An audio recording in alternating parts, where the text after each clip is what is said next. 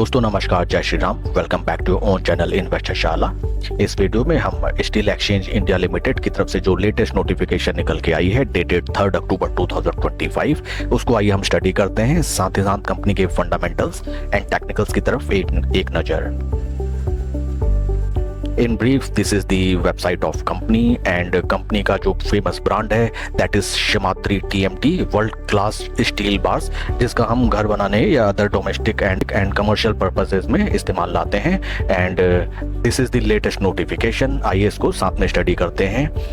Company secured 350 crore of refinancing facility at more favourable terms leading to a substantial savings in finance cost going forward.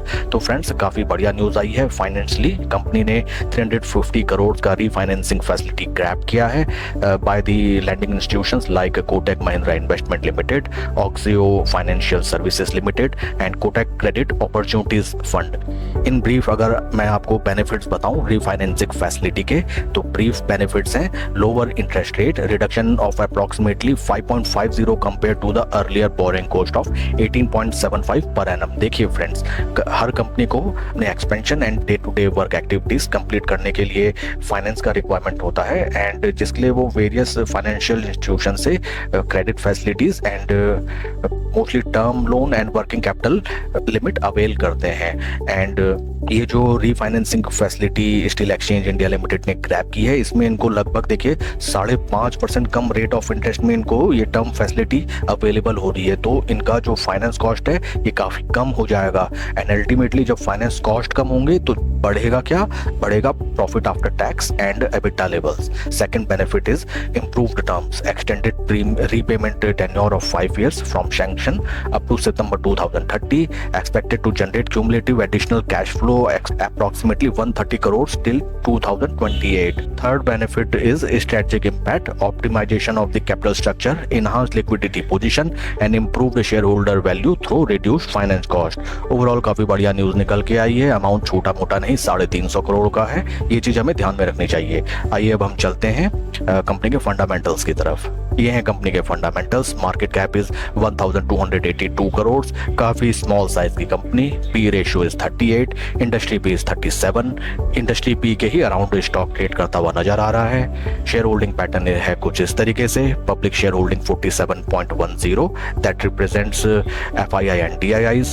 FIIs 0.42%, DIIs 1.85%। काफी कम position है FII DIIs की। And number of retail share holders 3,15,000 से घट के 3,11,000 in June quarter as compare to March 2025। आइए अब हम चलते हैं टेक्निकल चार्ट पैटर्न की तरफ। ये है स्टॉक का technical chart pattern. Technical chart pattern में अगर हम सपोर्ट एंड रेजिस्टेंस देखें, ये नजर आते हैं हमें इंपॉर्टेंट रेजिस्टेंस लेवल्स एंड ये रहे स्टॉक के important support levels. Stock first, second, third, fourth 4 बार ऑलरेडी यहाँ पे आके डाउन कर गया from resistance levels and this is the important support level. 3 bar stock ने यहाँ पे अपना बाउंस बैक लिया, स्टॉक सपोर्ट से आके अच्छा खासा रैली दिया। 2024 के पहले अगर हम देखें like during the month of October 2024, stock देखिए, इसको कहते हैं ऑपरेटर गेम। स्टॉक यहाँ से बना गोली, एकदम चीते की रफ्तार। स्टॉक भागा नॉन स्टॉप आपका from the price levels of 8 रुपये 14 पैसा एंड हाई लगाया स्टॉक ने लगभग 18 रुपये 36 पैसे। भीषण स्टॉक में रिटर्न जनरेट होके आए और गोली बनने के बाद ये गोली अल्टीमेटली जाके लगी सभी रिटेल निवेशकों को। ये देखिए, ये गोली रही कुछ इस तरीके से। स्टॉक वहां से ब्रूटल क्रैश, जहां से चलना शुरू हुआ था उस लेवल के भी स्टॉक नीचे पहुंच गया एंड सभी ऊपरी लेवल्स पे निवेशक फंस गए।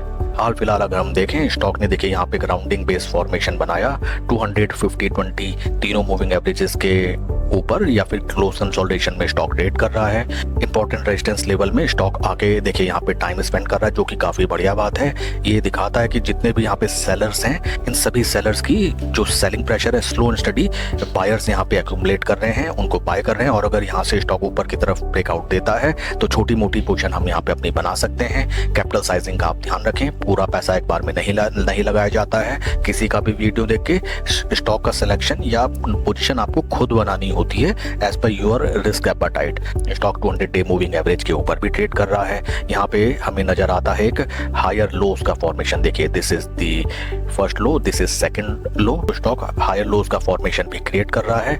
इस स्टॉक को आप अपने वॉच लिस्ट में रख सकते हैं, बट ध्यान रखें ऊपरी लेवल्स पे सभी निवेशक इस शेयर में फंसे हुए। ठीक ठाक अगर आपका प्रॉफिट आता है तो टाइमली प्रॉफिट बुक करना भी ना भूलें एंड आपको ट्रेड करना होगा with strict stop loss of 200 DMA।